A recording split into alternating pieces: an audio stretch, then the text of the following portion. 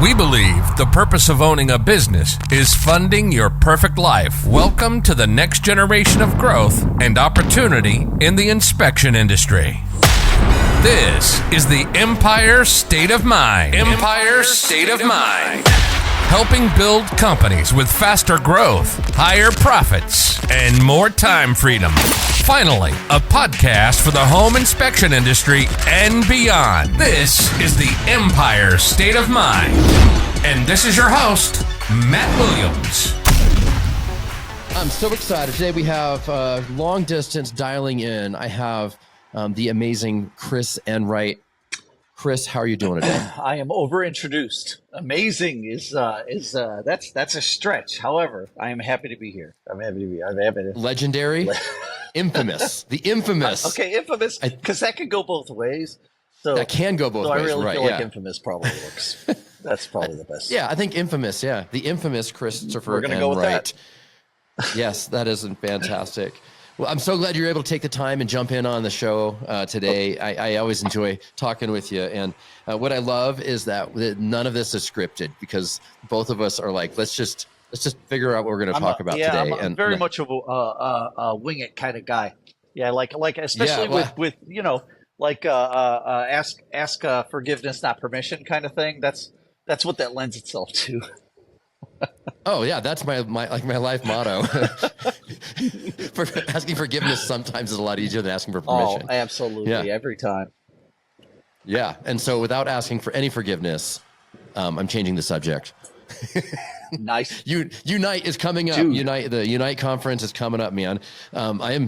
This is going to be the best conference for the inspection industry all year long. So this is going to be probably the best attended, right? Because I've been to a couple already this year, and attendance has been rough. And I feel for those conferences, right? Because they put on a hell of a conference and great speakers, and just people are not. That costs a lot of money to do that. A lot of money, a lot of time, a lot of headache. Mm-hmm. And I think, you know, there's a ton of value out there, but only if people are willing to travel to do it. And I think Unite is going to be that is unique in that, like, our community really, really loves Unite.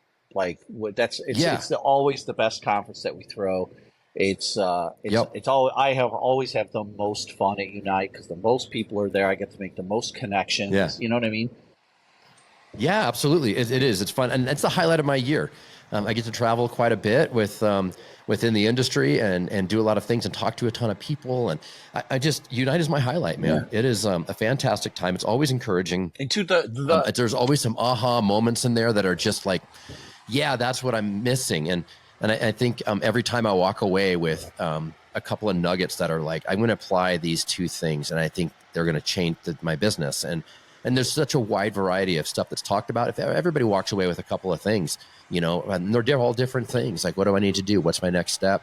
And how do I grow this? And just like it's Inspector Empire Builder. And it's like we all have this mindset about building an empire of companies. And so anyhow, it's always encouraging. It's hard to find people to hang out with that in my local market, at least, that have that mindset. So and I think to find a bunch of people. I think the other thing too is for me, the biggest connections happen after the sessions, right? Yeah, like it's the hallway talks, man. Yeah, or just you know, staying sober or getting screwed up at the end of the night. Just like everybody gets a little looser regardless, right? And then absolutely. Have, like, real conversations, like real, like, actionable stuff, right?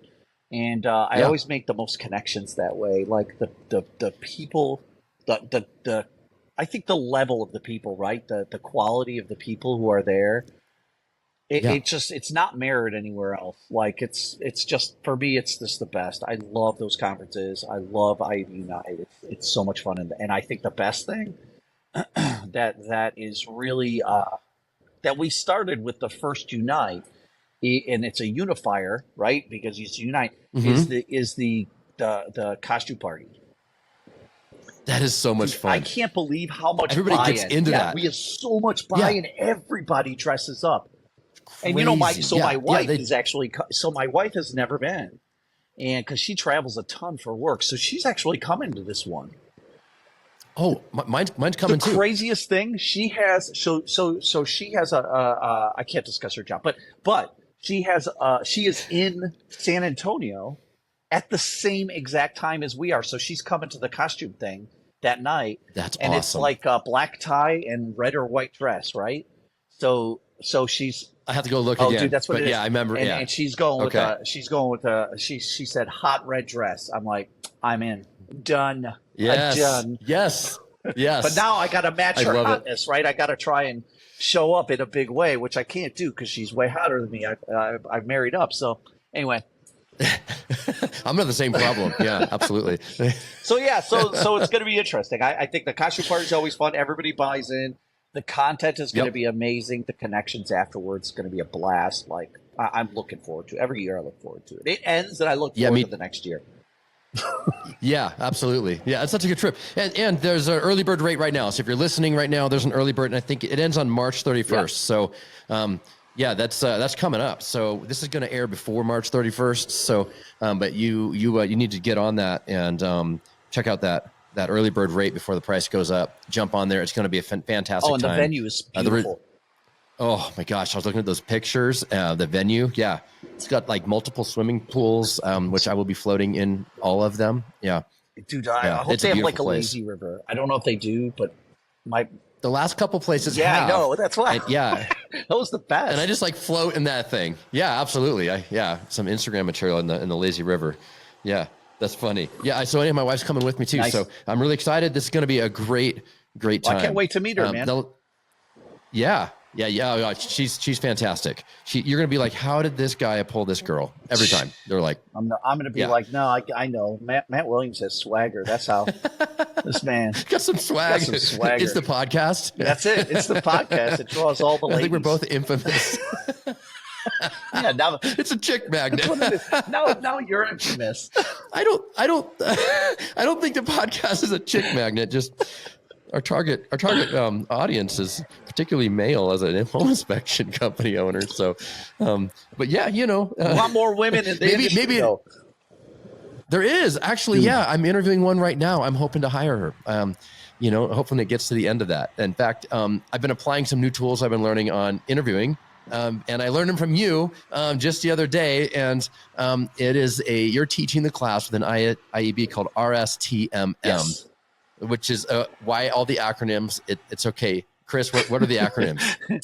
It's the military. I feel like I've joined It's like, the yeah, it's like military. the military. Yeah. I forgot all the acronyms. I know, yeah, exactly. Yeah, my wife works for the federal government, and she has all these acronyms, and we always make fun of it. She's like, let me read this message, and like it's just nothing but acronyms. If so and so is in the XYZY. And then there's a CYCYPPP that pops up. Should we call the DYDFFQ or the, and you're like, what is it all You in the haven't language? said a whole word in 10 years. So my wife also works for the federal government, and it's the same thing. Okay. Right? Same thing. It's just, That's hilarious. Yeah, that's really funny. The acronyms kill you. But yeah, RSTMM. oh, they kill me, yeah. And then now we got our own. Like, yeah, we got our own. We're like, hey, federal government, hold my beer. Yeah, hold my beer. We have one. RSTMM. Let's go. Yeah. Oh no! What is an RSTMM? So it is recruit. It's 3 classes, right? And it's the first class is recruit and select, and the second class is train and manage, and then motivate is the last class. Manage, motivate, and marketing. So RSTMM is recruit, select, train, manage, motivate, and it's it's a comprehensive process, right? For not only like we do a lot of hiring, right? We bring in a lot of people. So many times we are not as selective as we should be, and I've made the mistake multiple times. Like I can't even count how much money I have cost people because of poor hires, and not just in Brian and Brian, like over my career. Yeah. And I've had some gold, but I've also had some trash ass hires, man, and they have just cost a lot of money to the organizations I'm with, and that's the motivator for this kind of thing is, look, if we have a proven system, right, then the likelihood of our expense on losing that person or or the cost of a bad hire, it goes down, right? The likelihood of it goes down if we have a good process. Nothing's perfect. It's all guesswork, right? And you heard me say that in the It thing. is, yeah. It's all guesswork, but we can at least narrow the wall. Yeah. Right. Yeah. So so that's what it's all about, right? Is saving us money, saving us time, and putting people in our organizations that accelerate the business, not deteriorate it. Yeah, if anybody's ever been in a position of hiring an employee, whether you're in management or you're an owner or any time in your life, you know the pressure that's on you. Not like even if you're the owner, it's your money that you're risking on this hire, and if you're a manager, it's your reputation that you're somewhat risking on this hire. And so it's interesting. So you go through that process and you've hired somebody, and then you find out a little while later that was a really bad hire. They're not like I hadn't had to fire that person, and then all you think about is like, man, like I don't know about you, but I would kind of replay it in my head of like, man, did I ask the right questions? Why didn't I see these red flags? And then when I did start to see the red flags, why did I make excuses for them, hoping that they would change? And then pretty soon, like and there's this whole downward thing that happens with a bad hire. Well, yeah, why do you choose? And there's money, like it costs you money. Yeah. Oh my God. Yeah. But it costs you more than money. It costs you time. It costs you time and intangible things that you don't even realize the downward, what's happened and when they maybe tarnished your reputation as a business, or customers that you're interacting with, they end up putting a bad taste in their mouth, and those people will never come back, and they're going to tell everybody else that entire establishment sucks because of one person that wasn't running things the right way. And I mean, that whole trickle down. In fact, you did that calculator in the class I was at. Yeah. We do the cost of a bad hire. Nuts. I think the average was $680,000 or something like that, and that's low. Yeah, that's low. I'm going to tell you. Usually that number's a little higher, but even at that number, right? And I was talking to Brett Henny this morning, who's the creator of this, and even that number, right? You're looking at, okay, if I'm hiring somebody. And this process overall is multiple different visits, but it's about a 6.5 hour commitment. And at $650,000 of bad hiring decisions, I'm approximately making about $100,000 an hour as I interview somebody, right? Wow. So if I think in terms of what is the cost basis of a bad hire, and what do I have to invest to create a good hire, that money on the front end that you invest in creating a good hire is completely insignificant. It's 6 hours of your time and a couple $100. Like, Right. what do you know what I mean? Like, why wouldn't I pull that trigger? Because I've seen the money go out the door. I've seen that crap before, right? I don't want to play that game again. And why do we do it? Like, why do we do it, Matt? Why do we allow poor performance? I don't know. I think there's a piece of, at least with me, I can't speak for everybody, but there's a side of me that is like, well, I want the best for this person, and I'm like, I'm taking a risk, and I want my risk to pay off, and so it's like, man, I've poured time and money and energy, and then you see the bad, you see, like, you don't terminate them early enough, right? And then they're hanging on there, and you're like, well, I can coach them, they can get better, and then we end up in a place, and I end up in a place where I want more for them than they want for them, and like I want them to perform at a high level, but ultimately they don't want to perform at that high level. And I see their potential. I know they can do it. I believe in them, but if they don't want to, you can't make them. You can't make them do anything. And so, I don't know. I think that's where, for me, it's like the hopefulness of and seeing the potential. Yeah. I don't know. You nailed it, right? Like we so many times want more for somebody else than they want for themselves. And when we see that potential, right, and we see what they could do, rarely do we ask the question, do you want to? Rarely do we ask the question, are you suited for this thing, or do you just want something, and this thing is the thing that's in front of you, right? Wow. Like ask deeper questions, like, are you a right fit for this job? And a lot of times what we'll see is we'll put somebody in a position and behaviorally they don't fit, but they do great for a period of time. And then likely what happens is they start to get an internal energy drop. And that when they're outside of their element, when they're outside of their natural behaviors, and they're more adapting to something that they think they need to be, or they actually need to be in their job, the longer they stay in that cycle, the less energy they have, right? And they'll start dropping and dropping and dropping, and we refer to it as stress. It's stressing them, right? But stress is really an energy pool. That's what it is. So when you're doing something against your natural behaviors, you're getting the energy just literally sucked out of you. And unless you have a great method of recharge or really good self-awareness, that's gonna end poorly, right? Because you're just you're gonna be super stressed out. You're gonna hate your job, and you're not really gonna understand why unless you dig deeper. So how long do you think someone is in a role before they start to feel that mismatch? I think it's different for everyone, right? That's because that can be real extreme, or it could be super gradual because they're so used to adapting. And I'm not saying adapting is a bad thing. Like we all have to within flex. reason. Yeah. We all have to flex. Yeah, but if I have to flex everything I have for the core of my job, I'm not long for that job. No, you're not. And then the people around you can see it. And I think that's one of the non-tangible expenses is the team morale, when somebody else is in that mode of like, they're flexing hard to make themselves fit, and they're handling some parts of their job okay, and others aren't doing so good. And then everybody else sees the low performance of that person.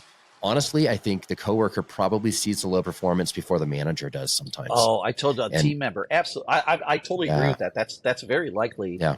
And how it affects your culture. And you and I've talked a lot about culture. Like I'm very much about hiring and leading by culture, through culture. And that's 100% what I do. I hire for cultural fit. Yeah, absolutely. That's it. And now you can have a tool for behavioral fit and cultural fit, right? But it'll drag that culture down with that need for a flex, because that person is not going to be themselves, right? They're going, as they get stressed, they're going to be maybe a little cranky, maybe just not a team player, but they're pushing themselves to do something that is outside of their natural behavior. So it just starts to eat at them, and that absolutely affects the morale of your team, whether they're doing a good job or not. It's just not going to matter. Because everybody else, you nailed it, right? The your frontline employees or their peers will know before you do as a leader, and then you got to figure out what to do from there. And that's a rough path. Once you were like, oh no, I've made the wrong hire, right? What do you do? Yeah. So I had one was it last year? Let me think about this. It was actually a year and a half ago at this point. And so I ended up hiring a guy that I didn't run through my normal process of filtering and vetting people out. And so but I knew him, and he had a lot of experience. And so I brought him on, and I can say probably in the first week, I saw some red flags popping, minor ones. And then the red flags kind of popped a little more and a little more. And then it was, less than 60 days, and I had to let him go. But it's like, man, for 60 days though, like he was dragging down the morale of the team. He was dragging down all the other inspectors. And so when you see somebody who's performing at a low level and all your people performing at a high level, and they're like, well, why am I working so hard to perform at a high level when this is currently acceptable? Yeah, they'll start to lower, I think it drags, right? Yeah. And now they'll lower down. And now your average is different. Yeah. Because right? Yeah. Because you have a D player with a bunch of A and B players, and now you're a C company, right? Yeah, so absolutely, that happens. That's how and that's what we're trying to avoid. That's what I'm trying to help people avoid with this process. So teaching this class is very important to me. I've lobbied really hard to bring this back into IEB. This was something that was there in the beginning. We had this, and it was changed for reasons unknown to me, but. I really lobbied hard to get it back, and I'm so grateful that we have this as a tool now. Yeah, me too. So this is my first time experiencing it, and so I went to the first class, the first of the three, which is the recruit and select, and I tell you, I walked away with quite a bit of more insight into how people work and how we're wired differently, and There's like a personality test that's in the program. And anyhow, it's fantastic. But I learned a lot from that. I'm really excited what we're going to learn about in the next one, right? Which is the training and it's motivating? It's action training is what it's called. And got it. This one is going to be very hands-on. It's going to be very group oriented, right? You're going to do a lot of breakouts in this one, and you're going to come away with some real tangible things. But it really is. It's rooted on these behavioral assessments, right? Truly understanding somebody's behavior is something else. It's like next level, right? Like you validated somebody's ABA, right? So the ABA is the assessment, right? Is the behavioral assessment, right? So you and what we do is, and I tell the story in the class. I'll tell it now. So what we do is we validate every word on that ABA, right? On that behavioral assessment, we go with another person and we sit down with that person. We have their ABA. And we validate it. And what validation looks like is we literally ask them, hey, is this you? Why or why not? Let's talk through it, right? And it's several pages. It takes an hour or so. And what you do is you walk away from that interaction. And actually, I want to know, how did you feel walking away from that interaction with who did you validate their ABA with? So somebody else. Slipped my mind. That's okay. That's okay. Somebody else. Yeah, I can. If it was definitely wasn't. These words are coming out of your mouth. I was like, oh, I don't know. But okay, so what did you? So, but a fantastic human, just really incredible. So we went through the ABA. I had his, he had mine, and then and so we kind of went through and read like little paragraphs, one paragraph at a time, and he asked, hey, how does this feel? Does this feel accurate or not accurate? And we're able to kind of talk through it. His AVA, he felt like it was 100% right on, like in depth. There was the words and phrases inside of his AVA. He told me, he's like, I have literally never told anyone other than my wife these words. This is how I feel and how I think about things. Like, I've literally never told anyone. It's impossible that this results are this accurate. And so for his, it was like spot on. For mine, it wasn't though. That was something that I found very interesting, is that I've taken a lot of personality tests, and so this one comes back and it has me and my natural and my adapted, and they're complete opposites, which would indicate that I think I'm trying to adapt into a role that I'm not well fitted for. Is that what you would say? Is that there's a big stretch? I would have to read your ABA to properly discuss that, because you and I started that conversation. And we did not get to finish it, and I really would. Here's not the place, but I 100% like at Unite. You know what? At Unite, we'll talk about it, because we're doing it. Yeah, that's what we need to do, because and we got to do another podcast after dark. By the way, we need to try that one again. We need to try it again. We got to try. I think we can actually publish this one. We're gonna. Oh my gosh! Yeah, we did. We did it last Unite. We did an IEB after dark, and so we had the studio set up there at the site, and then we just had a bunch of people walk in like right before bed, and so it was late in the night. Some people may have been inebriated a little, or they're just looser, and we flipped record and just said, let's see what happens, and that was so much fun. And we can't air any of that. But we're gonna create one that we'd actually air. We're gonna go for it. We're gonna do content that we can put out there. Okay, it was hilarious though. I did go back and listen to it, and I died laughing. And I was like, "This is so good."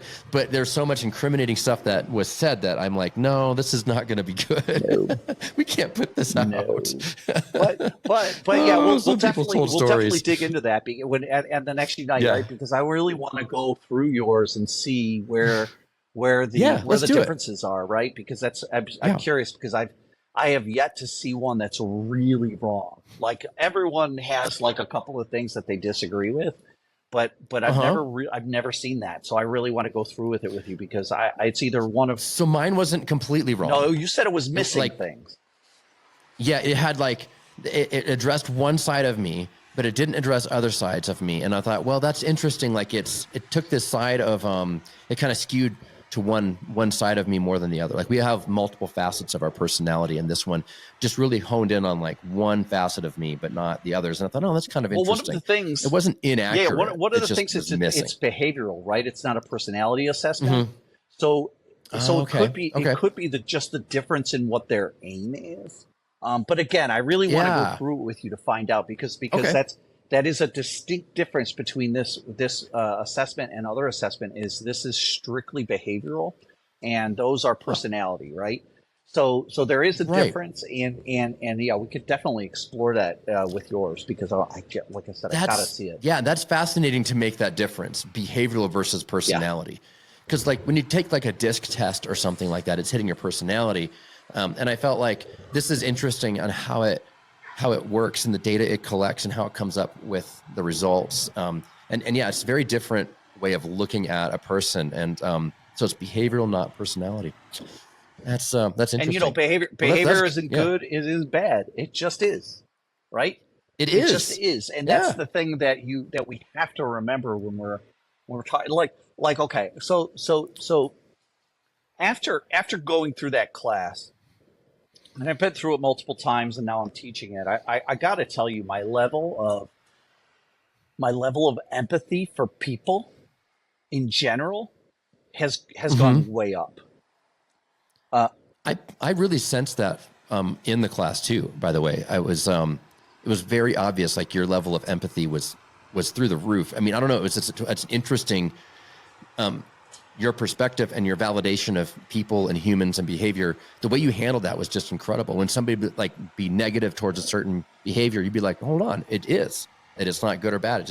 And you kept coming back to that, and it really like impressed me how your level of empathy and understanding and like acceptance of people, even in the middle of their flaws, or might be perceived as a flaw, you were able to, I don't know, it was just fascinating to watch you do that. It's something that means a lot to me. And I appreciate that you noticed that. That means a lot to me, because I put a lot of work into that as I started down this journey of really learning the world of behavior and being so I, learning it enough so I could teach it. And I have so much more to learn, but like, it's really hard to be mad at somebody once you understand the world of behavior.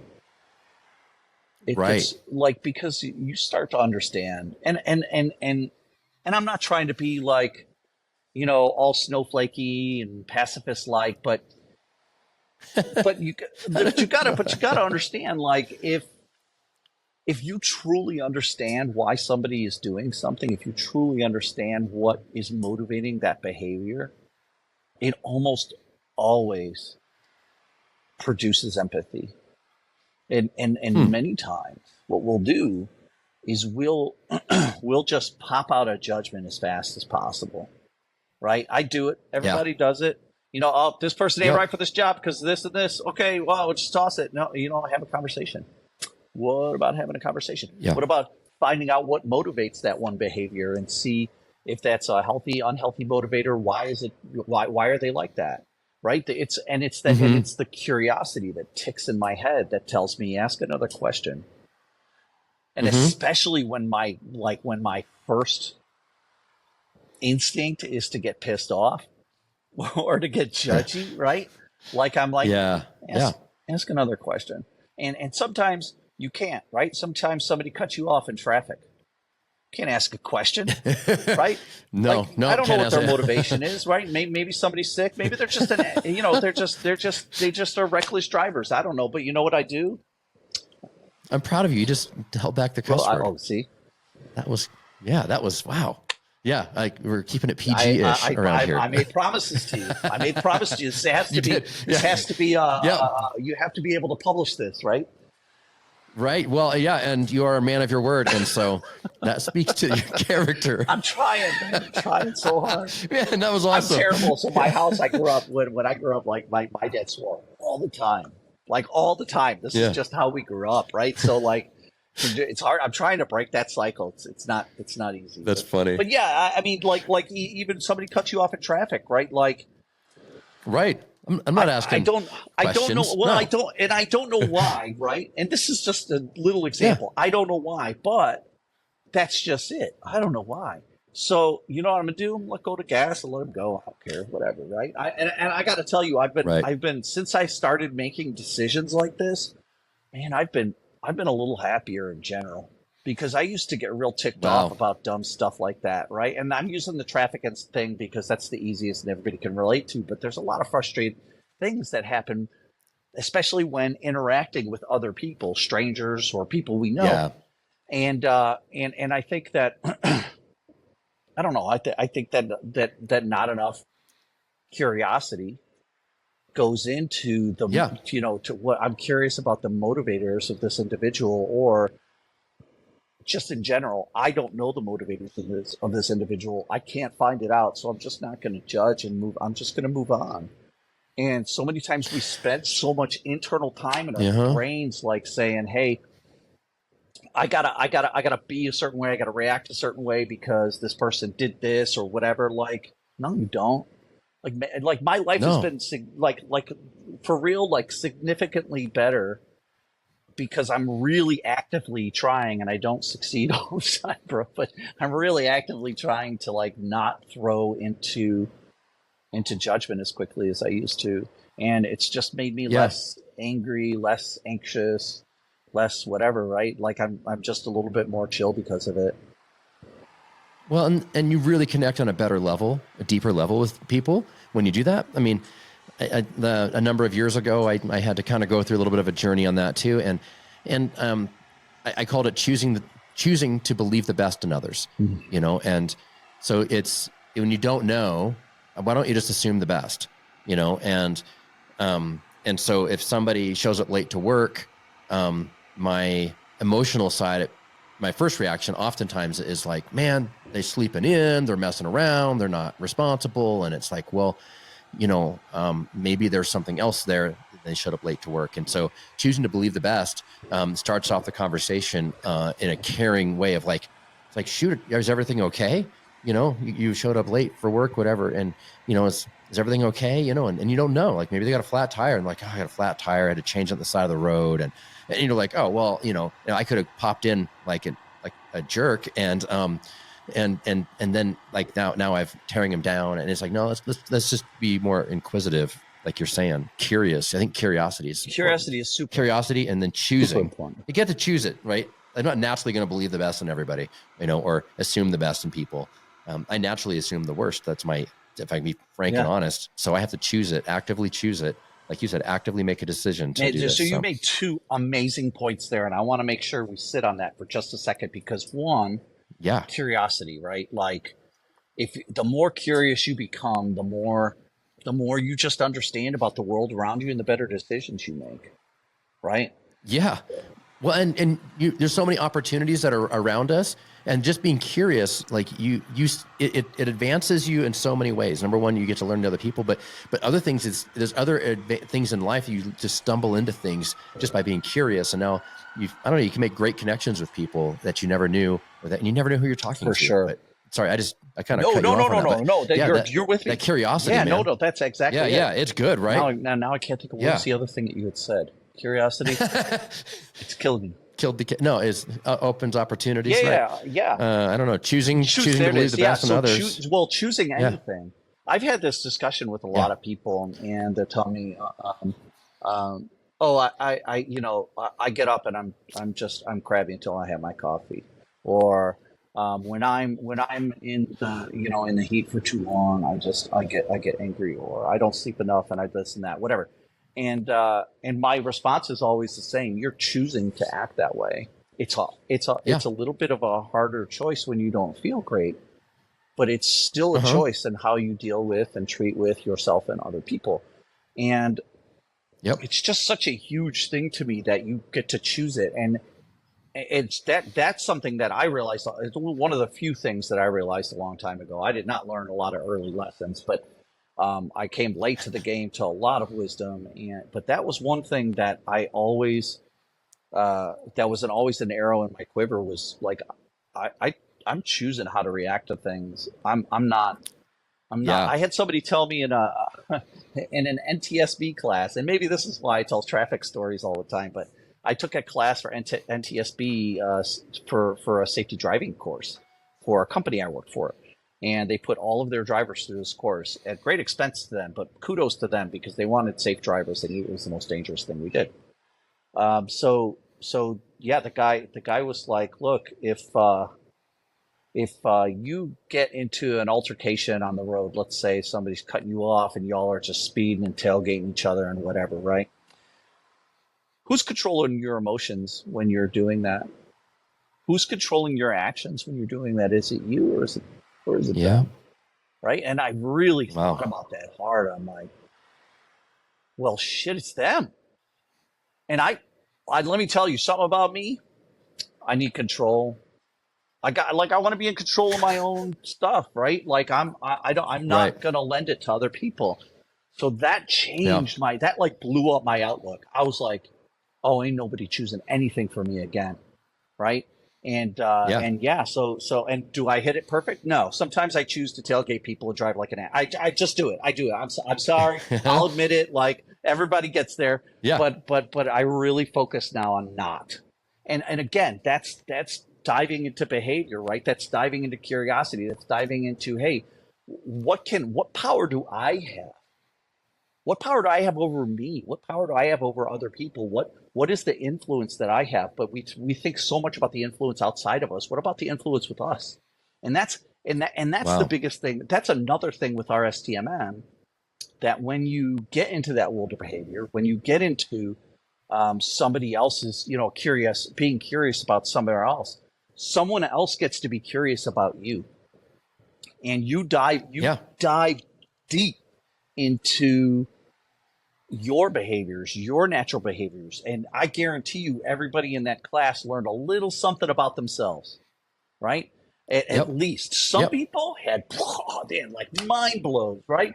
There was a couple people in there who were like, oh, I've always been super social, but I need to recharge like crazy. I sleep all weekend. Well, yeah, it's because you're not super social naturally, right?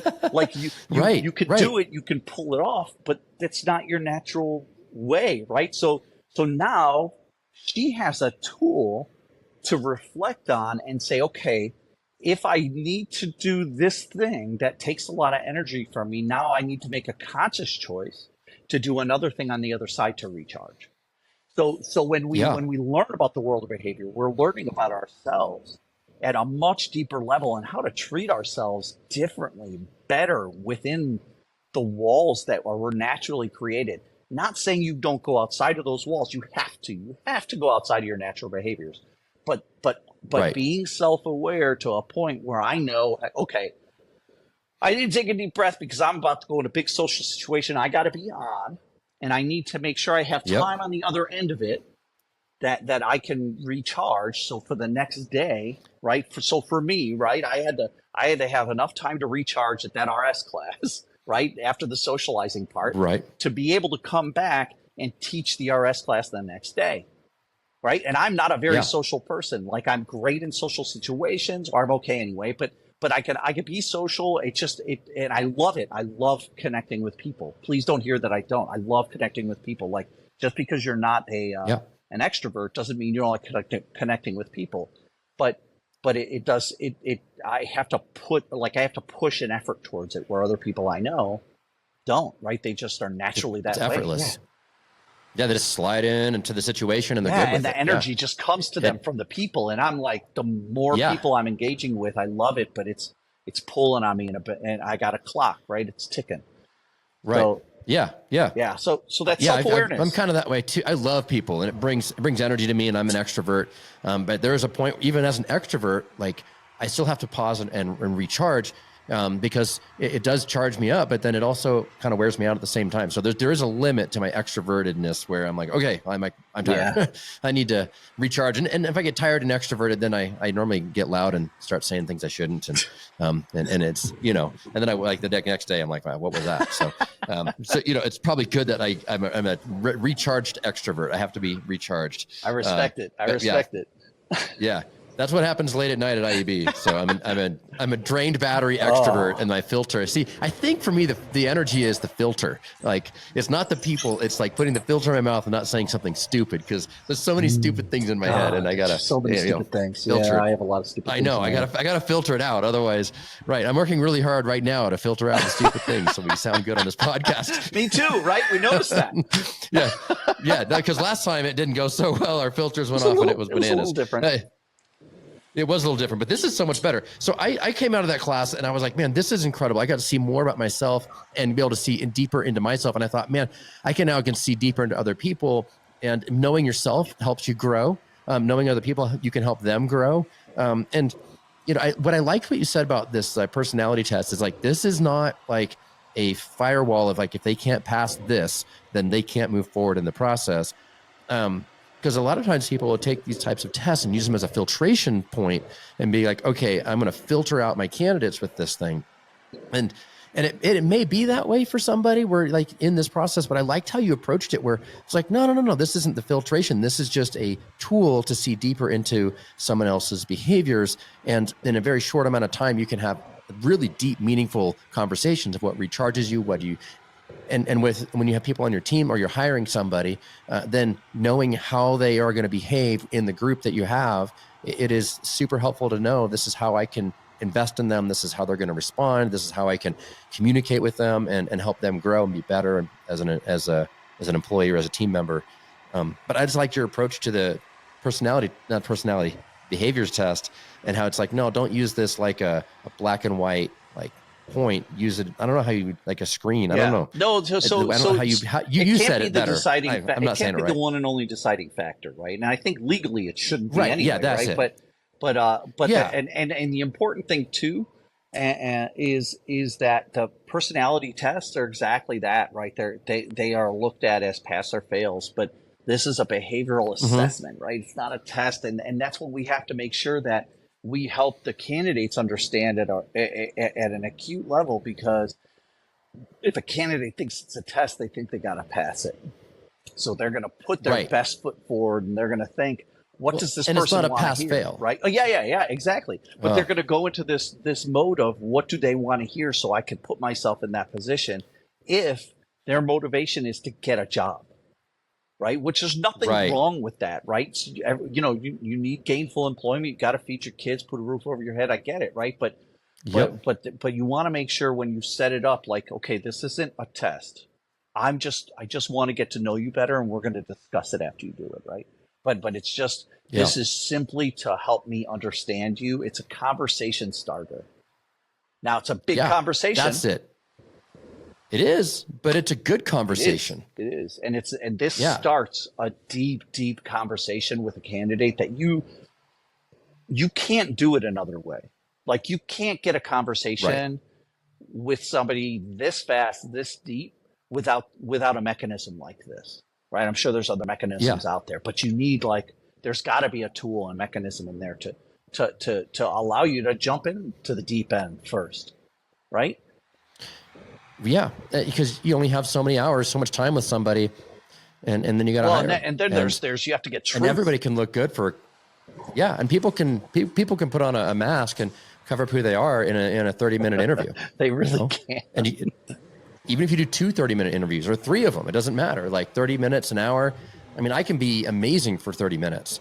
I maybe an hour. I think we're at 43 minutes on this podcast record right now. So, we have about 12 more minutes and I'm not going to be amazing anymore. But I think you're going to get more amazing. That's what I'm going to say. Oh, yeah, that's right. So the filter gets a little weaker and but I think everybody can be good for it now. So how do you have a deep conversation, understanding how somebody ticks in a non-attacked way, right? Because you're not attacking them. Because it could easily be a very attacking way of or critical way. And then people get defensive and they think, well, I'm failing this test. I'm failing this filter point in the interview. And the tool and the methodology is fantastic. It's such a non-threatening way to have hard conversations that are encouraging, I think, if you do it right, very encouraging to the candidate of oh yeah, this is who I am. This is how I'm wired. And so, and I think the biggest thing through that is again, the curiosity for sure. But actually just, I don't know, devoting that energy, right? Devoting the energy to actually do it. And that only comes from, honestly, I know how painful it is to hire the wrong people, right? Yep. It's some of that. I don't know anybody who's just jumped into this and been like, I'm great at it all the time. No, it just doesn't work that way. And if it does, I want to meet those people, but because they've learned things that I don't know. But yeah, I really like to see. I really like to see people's eyes open a little bit wider because they know themselves or somebody else at a level that they don't think they could have. It's certainly not that quick. And that's Right. the class is an eye opener for a lot of things, but that's the biggest to me is that, hey, you can understand somebody better than, like I'm telling you, like Greg, when Greg Bryan hired me, he asked me questions that nobody had ever asked me, ever. Wow. Wives, parents, friends, ever. Right? Big questions too, like big questions, like where do you want to be in 5, 10, 25 years? What do you want to, what really motivates you? What is your end goal for all of this? Like, what the hell? Like, what the hell? Nobody's asked me questions like that. I was married for 16 years. Wow. Obviously, you're the wrong person because she didn't ever ask me anything like that. She didn't care about where I wanted to be, right? So it's just a fascinating way to look at that too, because you start getting these big questions, and you'll hit emotions with people with this, right? You'll form a connection with people, and it's hard not to when you know somebody that quick, that well. It's hard not to form a connection. Like the person you were doing the AVA with, you guys form a connection? Yep, absolutely. Yeah, I know him at a very deep level, and it's incredible. So, and it's he knows me at a deep level too. That I remember walking away from that thinking, I don't know, there's nobody else in this room, this building, there's nobody here, physically here, that knows me better than this guy. Like just based on what my results were on the thing. And I started thinking about it later too, that I have people who are good friends that don't know me as well as that guy right now does, because he was able to read through that thing. And because, even good friends, sometimes you don't talk about all those types of things. Right? You don't get to it. Maybe you hit one or two, maybe, you get, but you're not gonna get to all those things, and it's fascinating to see how people tick and how they work and how they're going to connect. And you're right. You build a relationship that's pretty deep, pretty quickly. It's amazing how fast you can get that conversation started. And now you're hiring somebody that's going to culturally fit in the business, right? And I think one of we talked about it a little bit earlier. One of the other reasons that this doesn't happen is because of the need, right? The warm. I need somebody is better than nobody. So you rush the hiring process, and it ends up costing you. Somebody is not better than nobody. Man, have I learned that repeatedly? I learned that a few times the hard way. Yeah. I really did. Yeah. And then when I started this business a few years ago, I was able to take some of my lessons learned in other bad decisions and be able to apply them here. And what was interesting is, like, just kind of on my own, I had some of these steps already in place. Not all of them, but some of them were just lessons learned the hard way that I've done. Like I realized that somebody is not better than nobody. You got to have somebody, you got to, anyhow, it's, So I learned that lesson the hard way. And so I had a vacancy when I was first starting this company. I was running, I couldn't get to all the work that I had coming in my door, and it was just me. And so I started telling everybody I knew, just everywhere. I was like, I need to hire somebody. If you know somebody, send them my way. I'm looking for, I had a couple of key qualities that I was looking for. And I said, somebody that can maybe lead teams, somebody that is really good with people, and maybe has a technical knack. They like to build things, or they're just some sort of, they're like a construction knack to them. And so everywhere. Yeah, everywhere I went, I was like, just telling everyone. I told the buyers that I was working with. I told the realtors that were standing around. I told the sellers. Everywhere I go, anywhere, any conversation. I didn't even know these people. Nothing. I was just telling everybody. I was like, hey, I need to hire somebody. Do you know anybody? And they're like, oh, okay, and anyhow, I started getting. People started sending me their people, and so I called and talked to, I don't know how many. I had 45 in-person interviews. I interviewed 45 people face-to-face, like at a coffee shop, before I hired my first guy. Wow. And so in this class, it talks about using your network of people to bring you good quality candidates. And I was just doing that naturally, because every time I ran an ad for other businesses, and other opportunities, I always got like a ton of candidates, but they were never the candidates I wanted. And so I might get 50 applicants or 100 applicants, and you're like, but none of these people are who I actually really want. It's like, how do you get the people that you really want? And I think it's through that network of asking. I learned that one, on my own, but then I see here, you actually had the RSTMM program has a even better way of doing it than I was doing. Well, it's just a little systematized, right? But it's the same thing. Yeah. And if you go to quality people who know and respect you and know and respect what you're doing, they're not going to send you Yeah. garbage people if you ask. Yeah, they're not. And your gonna. network is because their reputation's absolutely, on it. absolutely, and they're you know, and you trust and you likely trust and respect what they are and what they do. So they're going to reciprocate, right? And I think it's lost on a lot of people that they have a bigger network than they realize. Like I can reach out to hundreds of people in IEP alone as an allied resource to really like tap that pool of talent just because of the people I know. And everybody in IEP has that power, but do they leverage it in the right way? And it's you got to be targeted about it, and you gotta know what you're looking for. It's another tool that you get in this class is that you can you narrow down what is the exact person like that I'm looking for. What's the ideal candidate? You know, and you don't ever get unicorns, right? Nobody's good at everything. But you could at least narrow it down to what you want, and then start figuring out who that person is. Yeah, and I like that too. In the class, you can the class you had the sliders, you know, that the 4 sliders, and on either side you saw the qualities of both sides of the sliders, and so there's 8 like pools of qualities, and so you go, well, I'm looking for somebody that has these types of qualities and those types of qualities, and maybe this or that, and you kind of like figure out what the behavior chart should look like, generally speaking, with somebody who is like if you want to hire an administrative person, you know, you don't need them to be an extrovert. You need them to be like really pay attention to the details, and like high attention to detail is something that really matters. You know, whereas if you need someone who's doing marketing and sales, oftentimes marketing guys that are good at mixing with people also struggle with details. And so, you know, you have marketing and sales guys, you're like, well, I want someone who's going to be like out with their personality and like maybe leading with their personality a little bit more than someone who maybe is they pull back a little bit, you know? And so it's cool to see that. And you go, okay, now when I'm taking these tests, you know, or taking this assessment of people, now you're able to kind of cross-reference it and be like, generally speaking, this is where they're going to do well. And this is where they need some help, or, you know, and again, there's no unicorns, but yeah, you're not going to find the exact person that you want exactly, but at least you can look and put it on a map and be like, okay, now I have a filter point to know, you know, is this going to, how are they going to fit with the team? How are they going to fit with the role that they're supposed to be filling in? And sometimes they're just the exact opposite. And then you're able to, in that validation process, figure that out. But yeah, that's that whole filtration point. And then the way that the RSTMM works your allied resources versus me just telling everybody and their brother and their dog that I'm just looking for someone to hire. It's a little bit more intentional. It's like, oh, wow. Right? Like there's more intentionality. Yeah, and it's better. I think it's better than the system I was doing. I just kind of naturally was doing some of this. Yeah, and that was perfect. That's awesome what you were doing. It's the same thing, right? Just a little bit more organized or structured or whatever. But yeah, same thing. Yep. Well, the first hire is always the most difficult and the most important.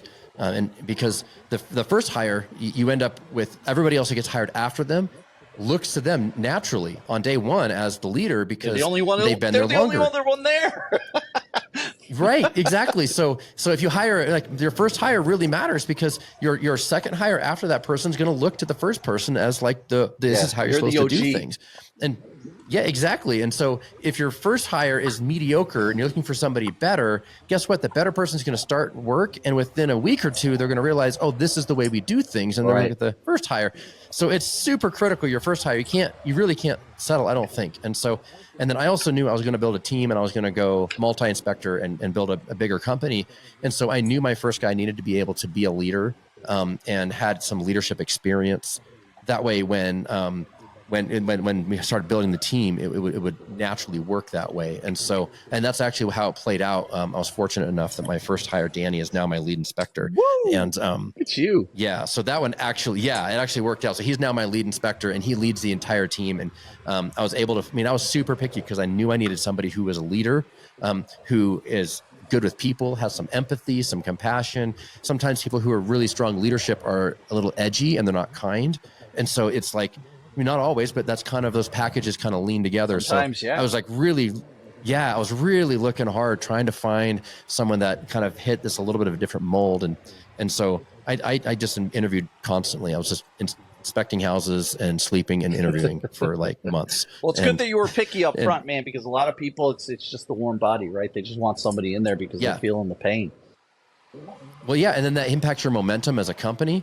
And I think and a smaller your company is, each employee has a higher percentage of influence, oh my right? God, yes. So if you have 1,000 employees and you bring a new guy in at the bottom of the company and he doesn't do well or perform well, nobody even knows.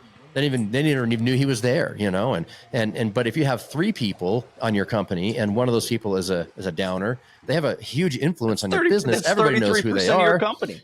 Yeah, that influence is massive. And so, I think as a small business owner, you have to be more careful with your hires than you do with a larger company. I think like a large corporation, I don't know, like a Coca-Cola or a Nike, if they hire somebody and put them on the front line and they're not great, it's like, fire them, we'll find another one. They haven't damaged our reputation at all. Well, conversely, let's say you're an organization trying to grow and you want to stay in a growth mode. So there's this little real estate brokerage that nobody ever heard of. They started in Austin, and they're like, they used RSTMM to start to scale up. And wow. you might have heard of them. It's Keller Williams. And they scaled. I don't know who does that. They're around. You'll find them. But Gary Keller when said, and there's a really good quote of what he said, but it was along the lines of the RSTMM and corporate consulting who developed the RSTMM was the catalyst that made them grow to what they are today. And wow, and that's the same. That is the system that we're using. Obviously, it evolves a little bit all the time, right? Because our world changes, but it's the same system. So, I like anytime I think of the validity of our STMM, I'm like, well, if Gary Keller made it into the biggest organization, real estate organization in the world, I'm pretty sure that's a proven system. I'm going with proven. Yeah, I think that's a good track record. Pretty good. Pretty good track record. And if he gives credit to, Keller Williams gives credit to RSTMM, that's as they are like, this is one of the things that really helped us. Like, man, that says something, Yeah. That's for sure. And what I've, my company grew pretty quickly. Like I started this thing and it kind of blew up pretty fast. And so we're coming up on, we're about to be 4 years old next month. And and so we have 11 employees. We're doing quite a bit of business. We're the biggest in town right now and still gaining market share. And it's just really went quickly.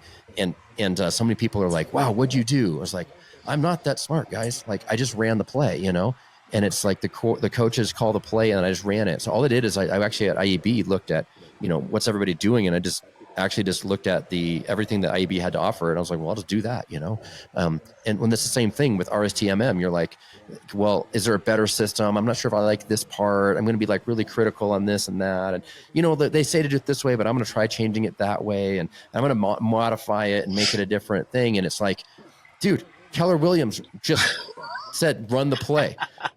If you have Tom Brady, telling you as a quarterback, this is the play to run. If you have the coaches, the best coaches of all time telling you this is the play to run, here's these megastars, run this play. You're not that smart. You're like, nah, I don't think so. I know I'm an idiot. I'm smarter than Keller Williams. I'm just going to modify this thing. And, I'm smarter than all the people that actually invented it and run it I'm going to make it different. And you're like, no, man, just run the play, bro. Just run the play. Trust the process. It's trust the process. There's some train tracks and, I don't know if that's going the right way or not. Just shut up. Just go on the track, And it's like you just run the play. And if you run the play the way that it's been proven to be run, man, you're probably going to get similar results. Yeah, totally agree. It is so often that we just want to go our own. I'm headstrong. I'm stubborn. I want to do things my way, man. And I'm trying to get better about, hey, sometimes my way needs to be somebody else's way too, right? I can stand on the shoulders of giants and pick the fruit. Or I can wait for the damn tree to grow that I had to plant, and it's not going to be there until I'm dead. So, wow. Right. So I gotta stand on the shoulders, man. Grab the fruit. Right. That's it. It's so true, man. That's so true. And that's every guy that I know that's really successful in business. They're kind of doing that too. And they're just like, I'm just going to pick the fruit. I mean, none of us are original. Like really boil it down to its core. Like none of us are doing it. None of us are not doing original. anything original. We're a conglomerate of our environment, of our genetics, of our experiences, and yeah. So I say in business, especially, steal shamelessly, like ideas and concepts. That's why IEB is about abundance mentality, right? Like do everything you can out there, and you see somebody doing something work, go for it, man. You don't have to. God gave you eyes. Yeah, exactly. Yeah. God gave you eyes, so plagiarize. Right? I have not heard that. That's funny. God gave you eyes to plagiarize. Yeah. So like that's what man. Like I just like go look and see what everyone else is doing, and go like I'll just do that. And like I give people credit sometimes. Like. But the longer I tell the story, the less credit I give. It's because you know what? Damn well somebody else is out there stealing from you, and somebody's out there stealing from them, absolutely. and somebody else is out there stealing from them, and it goes on forever, right? We've been stealing from and we talk like we invented this stuff. We've been stealing from Shakespeare for hundreds of years. Yeah, absolutely. That's hilarious. Yeah, that's funny. Oh man. That's good. So we all just steal this stuff anyway. So all I do is do what these guys are doing, RSTMM. It's like, sweet, let's run this play. I'm excited. I think the next season in my company for staff and employees and team members and everybody else, I'm excited for the next season. I think that we've done a really good job in hiring really good people, being really picky on it. But I think the next season is going to get even better because this tool that we're implementing in IEB is already like this is going to level it up even more. And the better your team is, the more you can win. And it's like it is all about that's how teams win. That's how any sports team out there, when they're going to play the sports ball, they make sure they have the best players on their team. And so this allows us to put the best players on our team so we can continue to win. That's right. Everywhere that we go. That's right. And we know exactly where those players' strengths and weaknesses are. Mm-hmm. That's the goal. Yeah, you're not going to try to put a wide receiver on the offensive line. Exactly. Dude, that's a great analogy. I am going to steal that. Because wide receivers are like, they're skinny, and they're skinny and fast. Oh, yeah. They're like get crushed. Yeah, they got a 350-pound dude like stomping on his 140-pound butt, man. Like he's gonna break him in half. That's not a great look. Just like pick him up and he'll sack the quarterback with that guy, like a weapon. That's funny. That's funny. I never thought about it as a football thing. That's funny. Yeah. I like that one. I'm definitely stealing that. Don't put your catcher on the pitcher's mound. That's right. Yeah. I can do this all day, Don't put your point guard in the center. Yeah. Don't put your goalie as a forward or your keeper as a forward. I think we're beating it to death. I don't know. I think we are, yeah. Don't put the horse on top of the jockey. Actually, I like that one. That's like the horse riding the jockey. Okay, that's it. That's the one. That's the one. That's like it. A horse riding a jockey. If you can't get that, if you can't get over that mental image, I don't know what to tell you. Yeah, I think that. And somebody right now is listening to this, and they're going to use it, and they're not even going to give us any credit either. And you know what, buddy? I don't want it. I don't want your credit. Yeah, I don't want your credit. I'm with you. You got eyes, plagiarize. I literally just stole that from Matt Williams. Yeah, well, I stole that from somebody else, so. And I'm not going to give them any credit. Who are they? I don't know. Exactly. You've never heard of them. Stole from somebody too. So, Matt Williams, it's always good to talk to you, bro. Yeah, it is always fun. I always have a good time hanging out with you. Oh man, we probably should wrap this up though. Yeah, I think but we are definitely doing IEB After Dark, right? And Unite. Okay, absolutely. Okay. And this time it's going to be better, and I dare say, publishable. We're going to make it publishable. Absolutely. We're going to make it publishable. Yeah, it's going to be publishable. Yeah, I have a better idea. I thought about it long and hard, and I was like, I think I have some tricks so we can make this better. I thought of some things too. Yeah. Some conversation starters, some topics. We need a little different. Yeah, some different topics. Well, we need purpose. Yeah, exactly. We need preset purpose, and then we wander, but on a purpose. Correct. Yeah. Like today, we said we're going to talk about RSTMM, and then this is where we ended up. And so. And I think it was decent. There were moments where I was like, maybe even greatness was in this one. Stop it. So stop it. I was thinking when you were talking, I was like, here's greatness right here, buddy.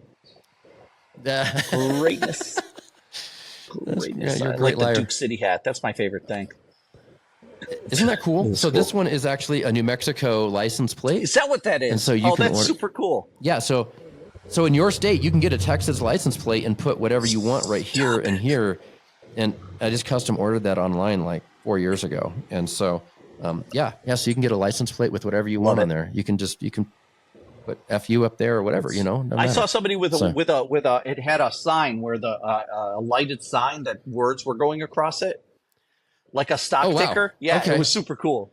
That is that's committed. So it was a lot. It was a lot. You got to like program that. Yeah, and then you got to sit there and watch it to tell whatever story it's telling as it goes. Yeah, right. It's committed for the audience and the guy who programmed it, and wow, that's impressive. All right, yeah. So I guess, we should probably wrap this thing up. If you're listening, man, we love having you on the show and as part of our audience. Please remember, subscribe, share this thing. We need help getting the word out. And so if you could help us get the word out on this podcast, we'd really appreciate it. And Chris, if people want to get in touch with you, what's the best way for them to reach out to you? Reach out through Facebook, or my email is christopher@inspectorteam.com. All right. That sounds fantastic. Thank you so much for being on the show. Can't wait for next time. Thank you, sir. The next time will be Unite IB After Dark. We'll see you then. Yes, buddy. All right. You've been listening to Empire State of Mind for the home inspection industry and beyond. Our passion is to elevate the home inspection industry with mindset, strategy, and tools. We hope you've enjoyed the show. Make sure to like, rate, and review. For more, follow on Instagram at IEB Coaching. And don't forget to hit the website at www.iebcoaching.com. Learn about IEB at no cost and have all your questions answered on our open call once a month on the third week of the month. We hope to see you there, and we'll see you next time on the Empire State of Mind.